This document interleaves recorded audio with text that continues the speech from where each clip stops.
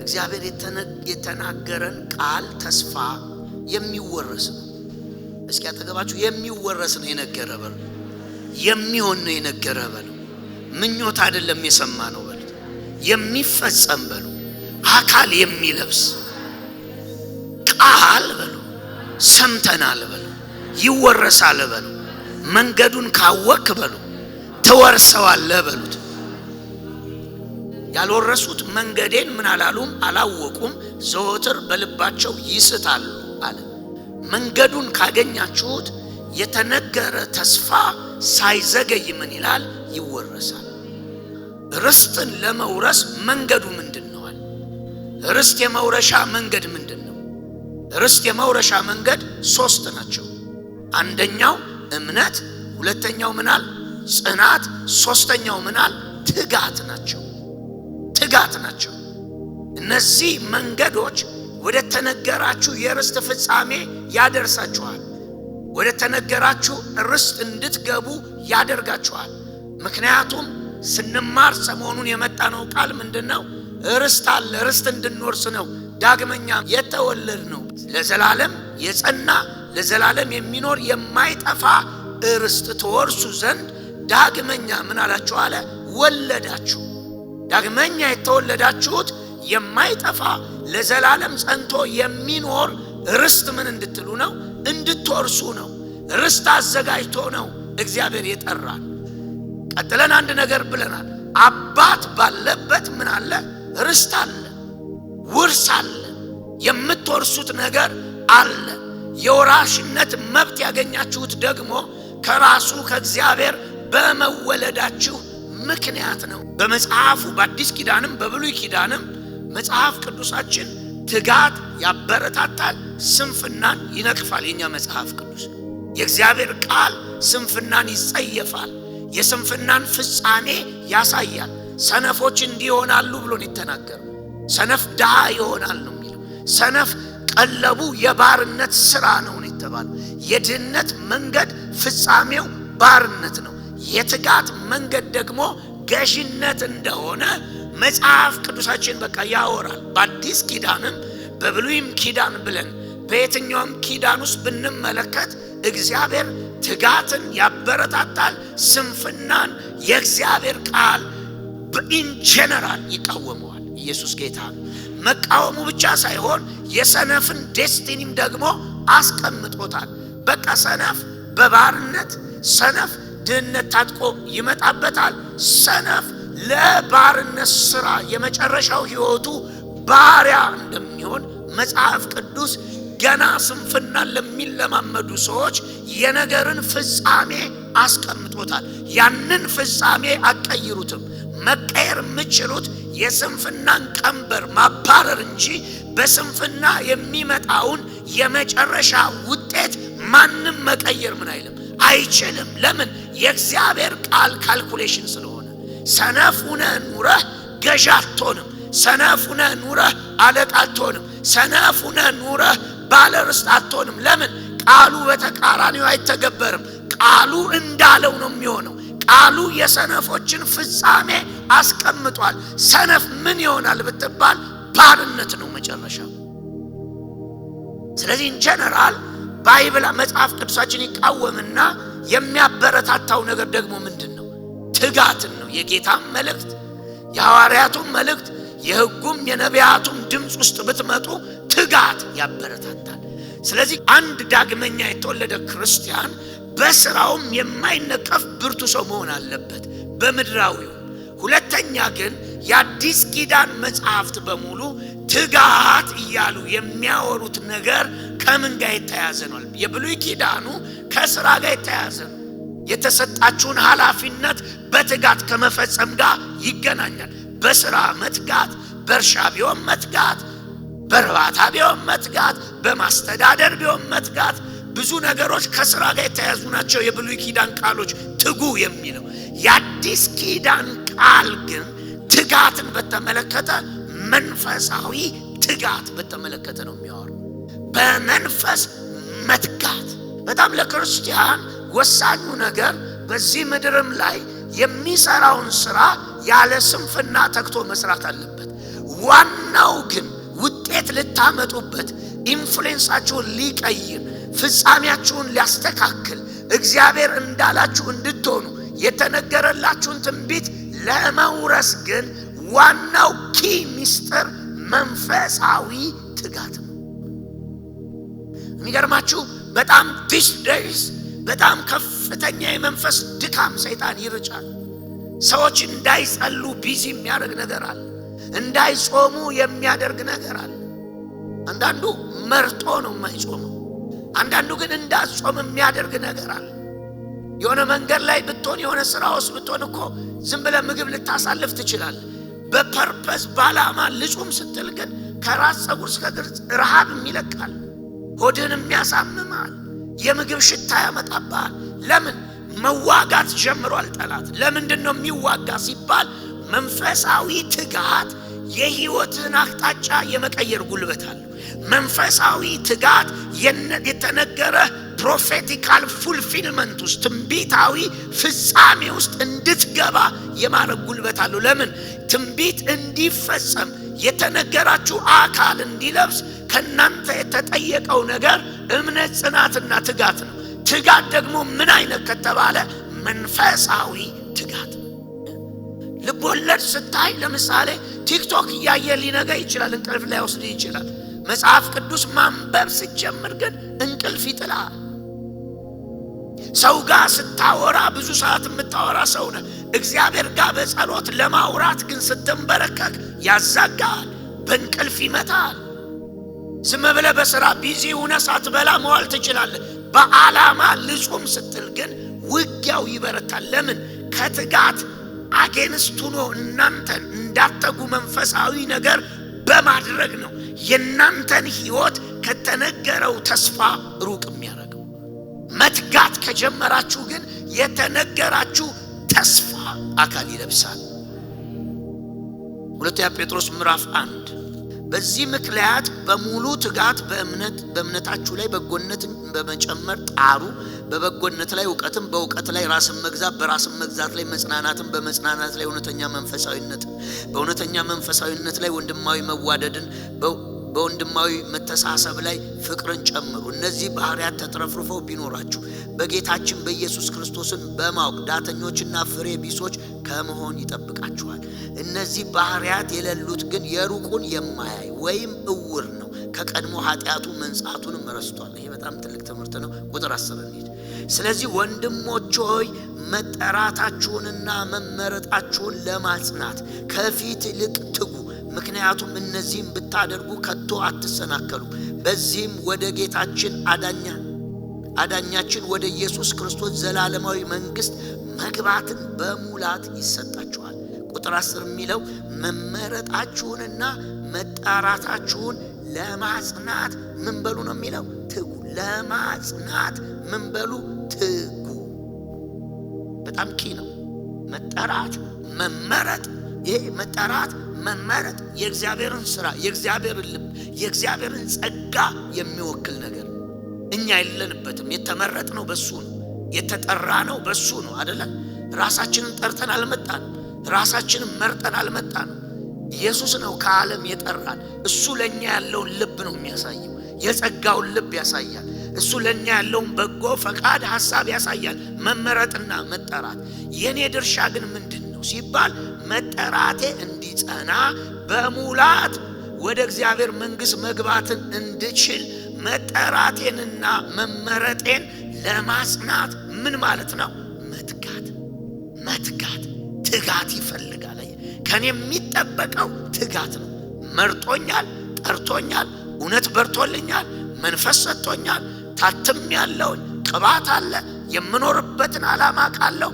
አሁን ግን በሙላት በክርስቶስ መንግሥት ውስጥ መግባት እንድችል መጠራትና መመረጤ እንዲጸና ምን በል ነው የሚለው መጽሐፍ? ትጋ። መንፈሳዊ ትጋት። ዲሊጀንት የሚለውን ትጋት የሚለውን ቃል አዲስ ኪዳን ላይ ምን የሚል ሐሳብ አለው መሰላችሁ? በሙሉ ልብ ለአንድ ነገር መሰጠት ትጋት። በሙሉ ልብ መሰጠት። አገልጋይ ከሆን በሙሉ ልብ ለአገልግሎታችን ምን ማለት መሰጠት። ጸሎት ከሆነ ፕሮግራማችን በሙሉ ልብ ባልተከፋፈለ አይምሮ፣ ባልተከፋፈለ ሐሳብ፣ ባልተከፋፈለ ቁመና በሙሉ ልብ ምን ማለት መጸለይ። እግዚአብሔርን ለማምለክ ከሆነ ምን መጣው ቤተክርስቲያን አስመላኪ እስኪ ኮረኩረም መጠበቅ የለብንም። እስኪ አንድ እጅ ወደ ላይ አንድ እጅ ወደ ታች መባል የለብንም። በሙሉ ልብ ትጋት ማለት በሙሉ ልብ ያላችሁበትን መንፈሳዊ ሁኔታ ማድረግ፣ በሙሉ ልባችሁ መሰጠት ስትችሉ ትጋት ይባላል። ሃሌሉያ። in full heart እግዚአብሔር የማይሆንለት ነገር ምንድነው? እግዚአብሔር እኮ የፍልስጤማውያን ታቦቱን ማርከው የጣዖታቸው ማደሪያ ውስጥ አስቀመጡት ይላል። ኢኳሊ ጎን ለጎን አስቀመጡት። ካህናቶቹ በማለዳ መጥተው በሩን ሲከፍቱ ይላል ባኦል ነው አይደለ? ባኦል በግንባሩ በእግዚአብሔር ታቦት ፊት ሰግዶ አገኙት ይላል። እግዚአብሔር የሆነ ነገር ጋር እኩል እንድታረጉት አይፈልግም። እግዚአብሔር ከሆነ ነገር ጋር በትንሽ ብልጫ እንድታስቀምጡት አይፈልግም። እግዚአብሔር የመጨረሻውን ኃይል፣ የመጨረሻውን አቅም፣ የመጨረሻውን ጉልበት ነው የሚፈልገው። ከባኦል ጋር ተዳብሎ ምንም ችግር የለም የአሕዛብ ምድር ነው ተዳብዬ እቀመጣለሁ አላለ። በማለዳ አሰገደው። ከዛ ካህናቱ መጥተው ደጋግፈው አሁንም እኩል አድርገው አስቀመጡት። በሩን ዘግተው ሄዱ። በሁለተኛው ቀን ሲመጡ ይላል ባኦልን አንገቱን ሌላ ቦታ እጁን ሌላ ቦታ ቆራርጦ ጥሎት ነበር ይላል። ለምን? the beginning አንድ ነው የእግዚአብሔር ሕግ። ጌታ አምላክን በፍጹም ልብ፣ በፍጹም ነፍስ፣ በፍጹም ኃይል፣ በፍጹም ሐሳብህ ምን በለው ውደድ የሚል ነው ሕጉ። በፍጹም ፍጹም ታውቃላችሁ? በፍጹም ልብ፣ ሐሳብ፣ ኃይል ምን በለው እግዚአብሔርን ውደደው። ዲሊጀንት ትጉ ማለት ምን ማለት መሰላችሁ? በሙሉ አቅም የተሰጠ ለመንፈሳዊ ነገር ማለት። አንዳንድ ነገሮች ውጤት ያላየነው በፍጹም በሙሉ ማንነት አልገባንባቸው። አንዳንድ ጊዜ ቤተክርስቲያን ውስጥ የሙሉ ጊዜ አገልጋይ እንጂ በሙሉ ልብ የሚያገለግል ሰው ላታገኙ ትችላላችሁ። ቤተክርስቲያን ውስጥ እግዚአብሔር መንፈሳዊ ዓለሙ ላይ የምንፈልገውን ርስት ለመያዝ ውጤት እንዲመጣ ከተፈለገ ነገርም በሙሉ ልብ ማድረግ አለባችሁ። ዲሊጀንስ ማለት እሱ ነው። መሰጠት ወይም ትጋት፣ በሙሉ አቅም ነገርን ምን ማለት ነው ማድረግ። ኢየሱስ ጌታ ነው። አይታችኋል? ነብዩ እንደዚህ አለው። ወደ አንድ ንጉስ ወደ ነብዩ መጣና እንደዚህ አለው፣ ጠላት ከቦኛል ምን ላድርግ አለው። ወደ ሜዳ ውረድና ሂደ ሜዳውን ምታው አለው። ንጉስም ወደ ሜዳ ወርዶ ይላል መሬቱን 3 ጊዜ መጥቶ ተመለሰ። ነብዩ በመንፈስ እያየው እንደዚህ አለው፣ ፈጽመ መሬቱን ባዘዝኩ ሰዓት መታው ቢሆን በትጋ አንድን ነገር ምን ማለት መሰላችሁ? አንድን ነገር ለካክፎ ማለፍ ይቻላል። አንድን ነገር ውጤት ለማምጣት በትጋት ማድረግ ይቻላል። ንጉሱ ነካ አድርጎ ተመለሰ። ነብዩ አየውና ድል ትነሳለህ፣ ጠላት ግን ፈጽሞ አይጠፋም። መሬቱን ፈጽመ በኃይል መታው ቢሆን ኑሮ አለ እግዚአብሔር ጠላቶችን ፈጽሞ ያጠፋቸው ነበር። እንደዚህ ቢልንገር ሰው አጠገብ በተቃራኒ ቆሞ ሊደባደብ በቦክስ ሊደባደብ ፈልጎ ነካ ብታረጋው ኤግዚስት ያደርጋል አይደል? እስቲ ድብድብ ነው እኮ ነካ አድርገው ተውት። እሱም ነካ ቢያደርግ ጨዋታ ውስጥ ነው ያለው፣ ውጤት አታስመዘግብም። ያንን ጦርነት ድል ለመንሳት ከፈለክ አቅምህን አሰባስበህ 10 ጊዜ ነካ ከምታረጋው አንድ ጊዜ ጥሩ አድርገህ በሙሉ አቅም ብትመታው እዛ ጉዳይ ላይ የማይለወጥ ውጤት ይመጣል። ይገባችኋል? ትጋት በሙሉ አቅም ምን ማለት ነው? መሰጠት። ሙሉ አቅምህን ነገሩ ላይ ማድረግ ከቻልክ ነገሩ ውጤቱን ይሰጣል። ኢየሱስ ጌታ ነው። ሌላው ፍቺ ምን ያህል መሰላችሁ? ጥረት፣ ልፋት፣ ብዙ ድካም። ማይ ጋድ ታውቃላችሁ፣ ብዙ ነገሮች ውጤት እንዲመጡ ይሄን እንደሚፈልግ መንፈሳዊ ዓለም ጥረት፣ ድካም፣ በብዙ ልፋትና ላብ። አንዳንዴ በአንድ ጉዳይ ላይ ስትጸልይ ዝም ብለህ በልሰራጄ ነው ያማማ ለፈማምሽ ምናምን አትለፈው። የሆነ ነገር እስኪመጣ ድረስ ዝም ብለህ ጸልይ። የተነገራችሁ ትንቢት እንዲፈጸም ነገር እኮ ያለ አካል ሲለብስ ፊዚካል ኮንዲሽን ይቀየራል። ያለ አካል ሲለብስ ማህበራዊ ተጽዕኖ ይጨምራል። ያለ አካል ሲለብስ በእያንዳንዱ ጉዳይ ላይ ያለው ያንተ የህይወት መልክ ይቀየራል። እግዚአብሔር ምሪቱን አሳልፌ እሰጥሃለሁ የሚል ትንቢት ሰጥቶ ከሆነ ጸልየ የተነገረ ቃል አካል ሲለብስ መልሰህ እዛው ትንሽ አሮጌ ቤት አይደለም የምትሆነው፣ መልሰህ ጓዳ ውስጥ አይደለም የምትሆነው። ምሪቱን አሳልፎ ስለሚሰጥ በትውልድ መካከል አለቃ ነው የምትሆነው፣ መሪ ነው የምትሆነው። ቃል የመፍትሄ ነው የሚሆነው፣ ንግግር የፍርድ ነው የሚሆነው፣ ምክር ለህዝብ ነው የሚሆነው፣ ጸሎት ለሀገር ነው የሚተርፈው። ሲፈጸም ያንተን ሁለንተና ይቀይረዋል። ስለዚህ ፕሮፌሲ የተነገረልህ እንዲፈጸም በትጋት ነገርን ማድረግ ማለት ምን ማለት መሰለህ? ስትጸልይ በቃ ፈቃዱን አወቀው።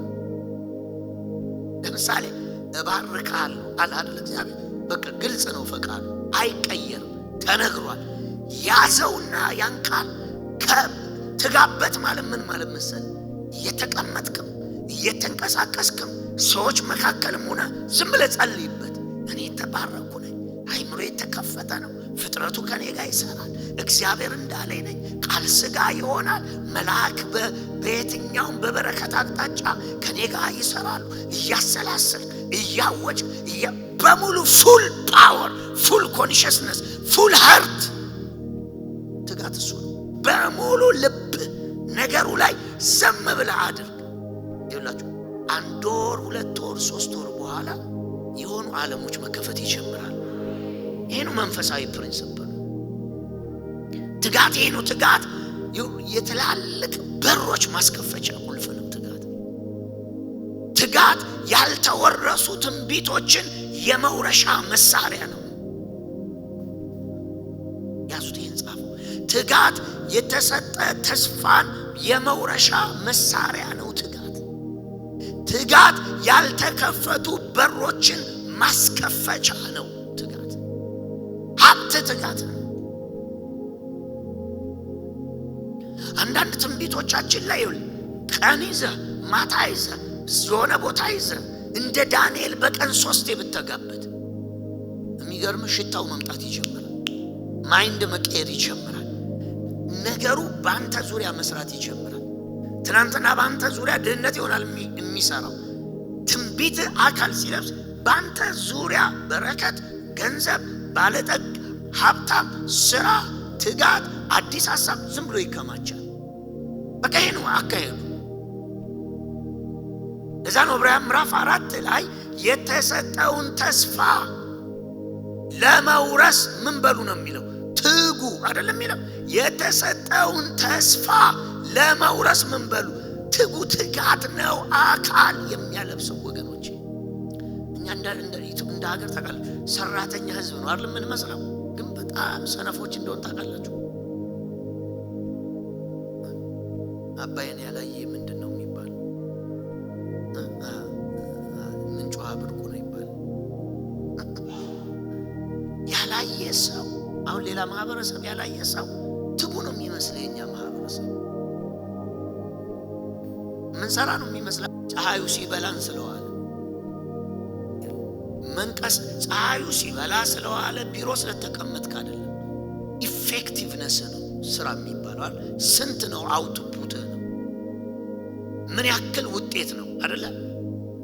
አንድ ሰው 24 ሰዓትም ቢሮ ቁጭ አድርገው ይጽፋል፣ ያወራል፣ ለሻይ ይወጣል፣ ይገባል። ስብሰባ ላይ ምናምን ስታስቀምጠው እኛ ጧት ገብተን እስከ ማታ ስንደክም እኮ ነው የምንውለው፣ የኢትዮጵያ ሕዝብ አልተረዳንም ነው የሚለው። አሁን ቢሮ መግባት መውጣቱ መዋሉ አይደለም፣ ምን ሰራ አውትፑት ነው። አሁን ውጮቹ ቢሆኑ ደሞዝ የሚከፍሉበት መንገድ ምን ያክል ስራ ቦታ ውለሃል አይደለም፣ ምን ያክል ሰርተህልናል፣ ምን ያክል ሰርተሃል። 100 ወንበር ከዚያ አንስተ እዚህ አርግ ተብለ በአንድ ሰዓት እዚህ ካረክ ይሰጠዋል ብር። በ5 ቀን ደግሞ ከዚህ ወደዚህ ሲመላለስ ታየዋለህ። ሰውየው የሥራ ሰው ነው የሚመስለው። ወንበር ሲጎተት መጎተቱ አይደለም፣ መዋሉ አይደለም፣ ነገሩ ላይ መቆየቱ አይደለም፣ ምን ያክል ውጤት አምጥተሃል። ውጤት ደግሞ ምን ይፈልጋል? ትጋት ይፈልጋል። ያችሁ ትጋት አንድን ነገር በሙሉ ጉልበትና አቅም ካረካው ውጤት ይመጣል። ምንም ነገር ላይ ነው ነገር ስራ ኢንቫይሮንመንት ውስጥ መሆን አይደለም ሰራተኛ የሚያስብለው። ሲሰሩ በሙሉ አቅም መስራት ነው። ሙሉ አቅም ተጠቀሙ። ትጋት ማለት ነገርን በሙሉ ልብ፣ በሙሉ ትኩረት፣ በሙሉ አቅም ማረግ። ትጋት ያልተከፈቱ በሮች ቁልፍ ነው። ትጋት ትንቢትን የመውረሻ መሳሪያ ነው።